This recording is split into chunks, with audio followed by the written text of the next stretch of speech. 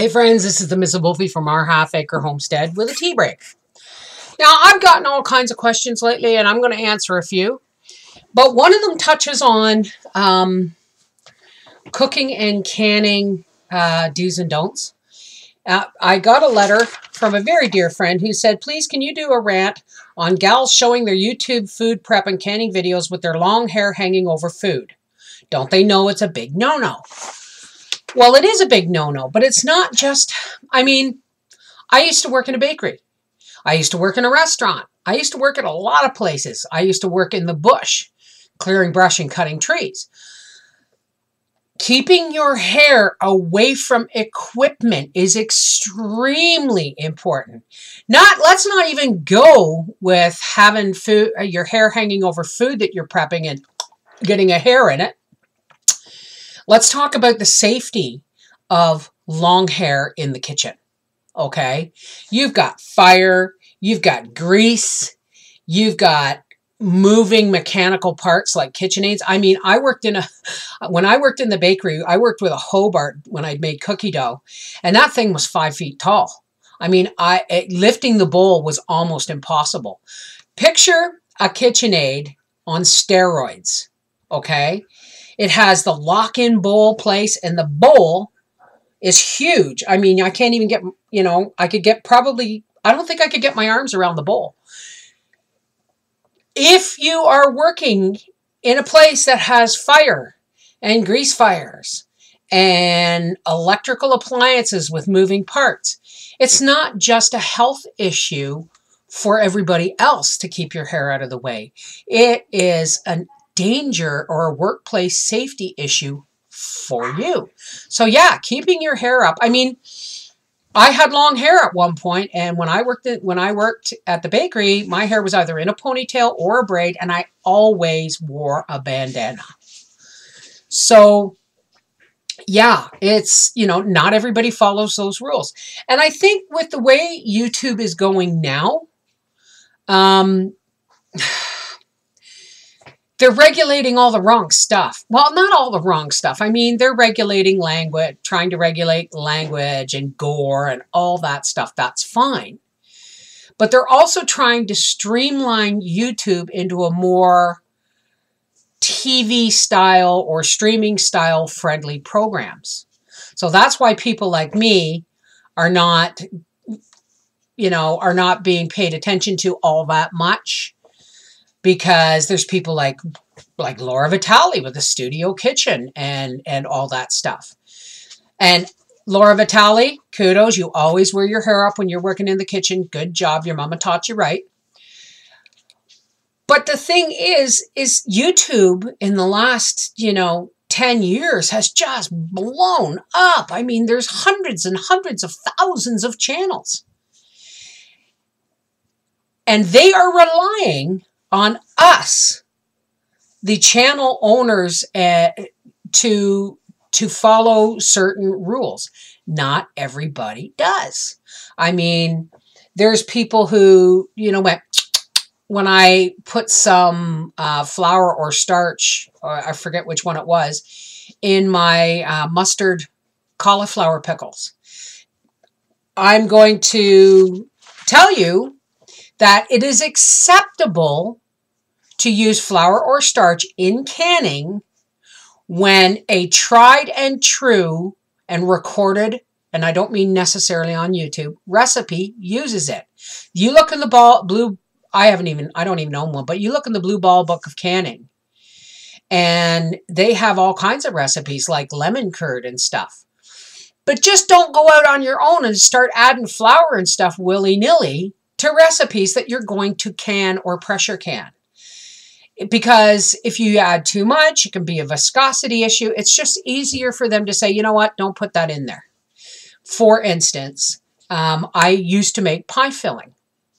And I used cornstarch because I don't have access to clear gel in Canada. Well, I could if I bought it online, but you can't just buy it at the store here. And I did it. The first time I canned it, and I'm pretty sure I removed that canning video from my roster, because what happened later is the starch went jelly-like but then it separated from the liquid, and it was a mess. It was a mess. So now I just keep it simple, and I can my fruit in syrup. But I mean, you know, when it comes to things like canning meatloaf and with breadcrumbs and stuff like that, it's like pumpkin pie filling. Some people can the pumpkin pie filling. It's a viscosity issue. Now, some people do it and they have no problems with it, but, you know, you have to leave that up to your discretion. But when it comes to, what did she say? A worry for me would be a newbie food prep, a newbie who is new to food prep or canning would think there's nothing wrong with letting your hair hang down. Well, the thing is anybody can have a YouTube channel. Anybody. And not everybody knows what they're talking about. I have made several mistakes, and whenever I make a mistake and I find it, I do try and own up to it with another video. Okay?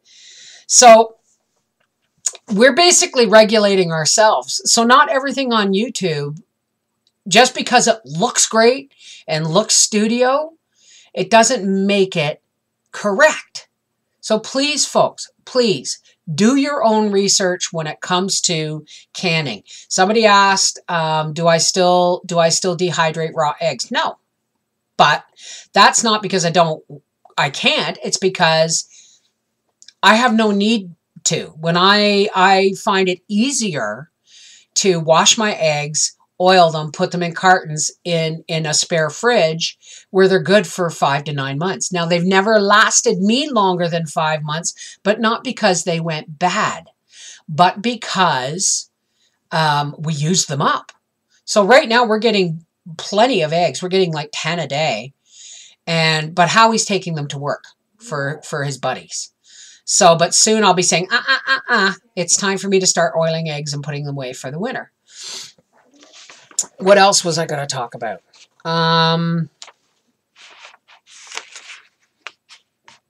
But that's the only reason I don't dehydrate raw eggs anymore. It's just easier to keep them in a normal fresh state. And when I did people have asked me, they've come back about my videos on the preserving eggs in slaked lime. That did not work.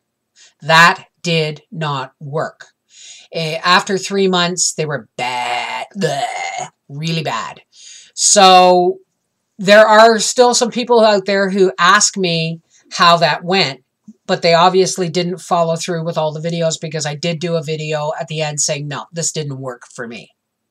So for me, the best way to preserve eggs for up to 9 months is to wash them and coat them evenly with light oil, like mineral oil, or even, you know, sunflower oil or whatever, because that coats the pores of the egg.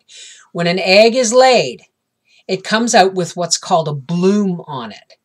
And if the egg is clean and has no poop or straw or feather stuck to it, leave it the way it is, because that natural bloom will help your eggs to last in the fridge for weeks. However, if you have to wash your eggs and you're planning on keeping them more than a week, please coat them with oil. Okay? A couple of people asked me several things about the freezing of the pasta. Could you cook it less and maybe put it in water afterwards and just boil it if you want it hot, or boil bag it or whatever? My pat answer to all those questions, whenever someone asks me, could you, unless I know it's a definite yes or no, I will say, try a small amount and see for yourself. And if it works for you, great. Please keep me posted. Let me know. Okay?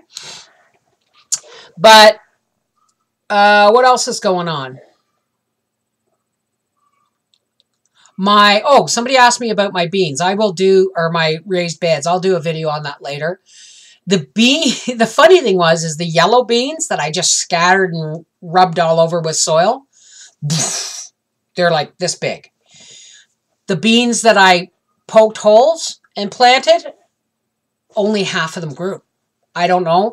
It's the same soil, same beans, except one's yellow and one's green. I think they like to be treated a little roughly when you're, when you're planting them. I guess they just like to be scattered, and I have no idea. Could be the bean itself. What else? Oh, I do believe I have hit 50,000 subscribers. So there may be a giveaway coming up. I don't know. We'll see. We'll see. But it's Friday, and I got a lot of stuff to do this weekend. There's going to be more videos because Papa's going to be building me a milk stand. He's going to be putting the pigs outside. He's going to be making it so that the goats can go outside, the turkeys can go outside. I don't know how much of that's going to get done this weekend, but you can bet there will be video footage. What else? Why I no longer dehydrate eggs, flour and cornstarch and canning. Oh, no rings and stacking. Now, at least once a week, I get a letter asking me, do I take the rings off my canning when it's done? Yes, I do, unless it's going to somebody else's house and it's being transported. I always take the rings off my canning jars. Now, there are some rules to that. A, make sure the canning is cooled down. And you take the rings off and you wash them, because the rings are only actually on there to hold your seal in place in the canning process. Afterwards, if you don't take them off, in the canning process, whether it's water bath or pressure canning, air is pushed out under the lid. That's why you need to debubble. Air is pushed out under the lid, and more often than not, some of the liquid in the jar is also pushed out. And if you leave your rings on, they can rust into place and be ruined. So I always, when my jar is cooled down, I take the rings off, I wash the rings and put them away, and I wipe the jar down and I put it in my pantry. Now, stacking of jars. If you are going to stack your jars, don't stack your jars on jars. Put something in between them, like a slim piece of plywood or heavy cardboard, and leave the rings on the bottom jars. Okay? Because when you're stacking and you're putting weight and stuff on that, you can hit the edges of your rings and pop goes your lid. So there's common sense to a lot of this stuff. Okay? I hope everybody has an amazing weekend. Canada Day is coming up, and it is on Saturday, July 1st, 2017 this year. And my cousins to the south, their 4th of July is on a Tuesday this year. Now, this year is Canada's 150th birthday. Okay? That's a big deal here. So my sister-in-law Karen's coming up. I don't know what Briar's doing, and I don't know what my other son is doing, Arthur and Mel, but we may go to Parliament Hill, because this is just too big of a deal for me not to try and get it on footage. However, saying that, it is a lot of work. My dishwasher repair guy's here. I'll be back in a minute. Okay, so as I was saying, it's our 150th anniversary of being a country this year, and it's going to be a big deal. So Parliament Hill, celebrating on Parliament Hill is not easy. You can't get parking for within blocks. So we would actually have to, or Howie would have to drive me to the lower steps of Parliament Hill, and then we would have to find a place to sit, and he would go park the car, if we can get close to Parliament Hill. If not, we have to park blocks and blocks and blocks away and get a cab. So, and there's also the fact that, it's a long day. If you want to really enjoy the festivities, you got to get there early, or you're not going to get a spot on Parliament Hill. And they have live music and fireworks, but my problem is porta potties. me and porta potties just do not do well together. And I don't walk very well. So it's really actually hard for me to get around on Parliament Hill. But for Canada's 150th birthday, I may have to muscle through it, take my walker, take my favorite chair, load up a cooler of cold water, and muscle through it, because it's just too big of a deal not to try and get it on camera. I mean, trust me, folks, nobody can rock Canada Day like the folks on Parliament Hill. It's just a riot. So we'll see. We'll see how I am. I can't promise. And even if Howie and Mom and Karen and everybody go and I can't, I will ask them to take my camera and take some video. All right? This is the MrsVolfie from our half-acre homestead saying, that's it, folks. Remember, if you want me to answer your questions on video, please let me know. Like, some questions I will just answer in an email. If not, if it's something that I think is more important, like the hair issue, like the rings and cornstarch and all that stuff, I will do a tea break video on it. All right? I hope everybody has an amazing weekend.